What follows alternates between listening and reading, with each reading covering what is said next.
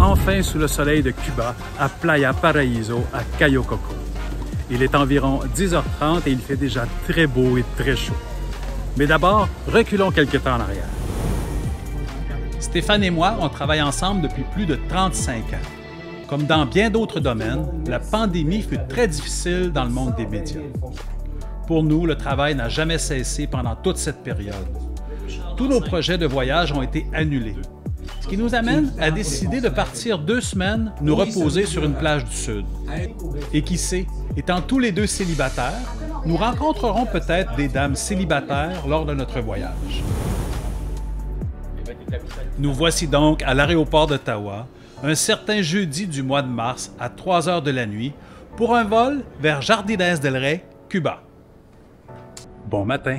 Nous sommes en attente pour notre embarquement à l'aéroport d'Ottawa. Il est environ 3h30 le matin.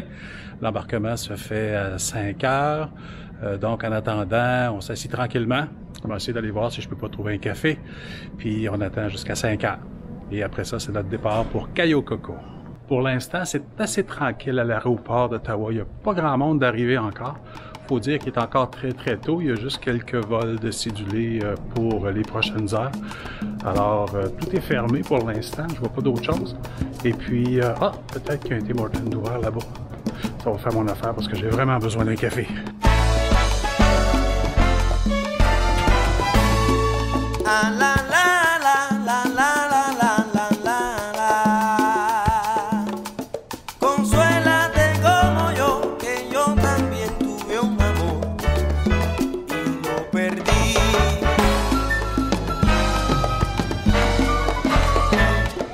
Consuélate como yo, que yo también tuve un amor y lo perdí.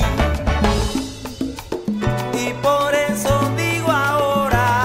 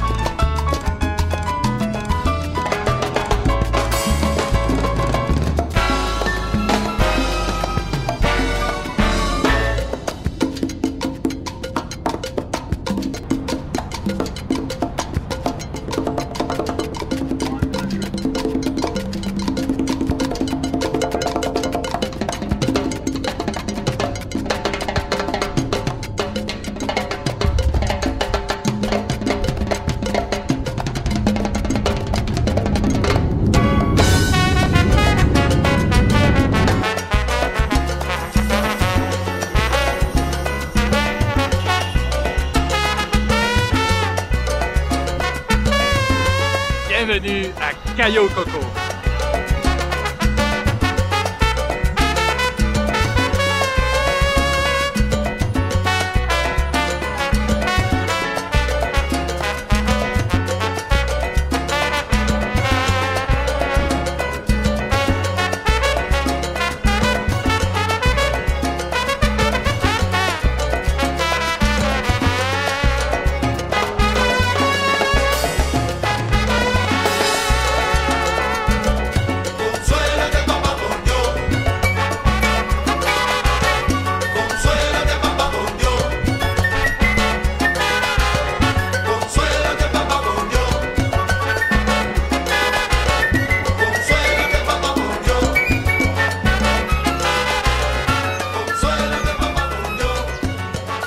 On est arrivé à notre hôtel, à la Playa Paraíso.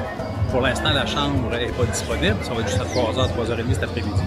Alors, on va aller porter des bagages en consigne, puis on va se changer, puis on va aller faire un tour à la plage. Mais là, je suis présentement à la terrasse, je prends un café.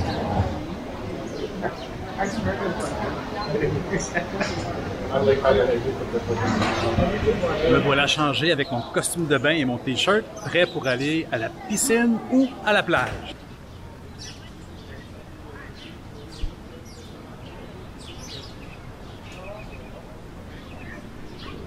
Cayo Coco, Cuba.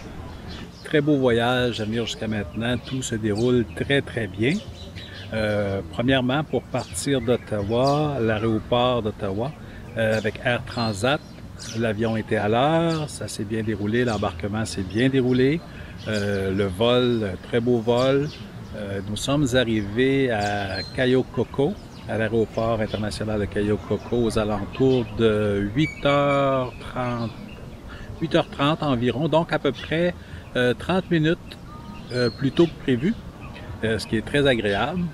Un petit voyage d'à peu près une demi-heure pour se rendre à notre resort, le Paraíso, Cayo Coco. La route se fait très facilement. On n'a fait seulement qu'un arrêt avant d'arriver à notre resort. Bien sûr, on était tôt, donc les chambres ne sont pas disponibles avant 4 heures, ce qui a fait en sorte qu'on a dû laisser nos bagages à la consigne et passer une journée sans vraiment être bien organisé dans nos bagages. Mais on est à la chaleur, il fait beau, c'est le soleil, la plage est belle, la nourriture est quand même en abondance malgré que c'est Cuba. Alors on en a profité quand même de notre première journée, ça a été vraiment là, un charme, ça a été vraiment très agréable, une très belle arrivée ici.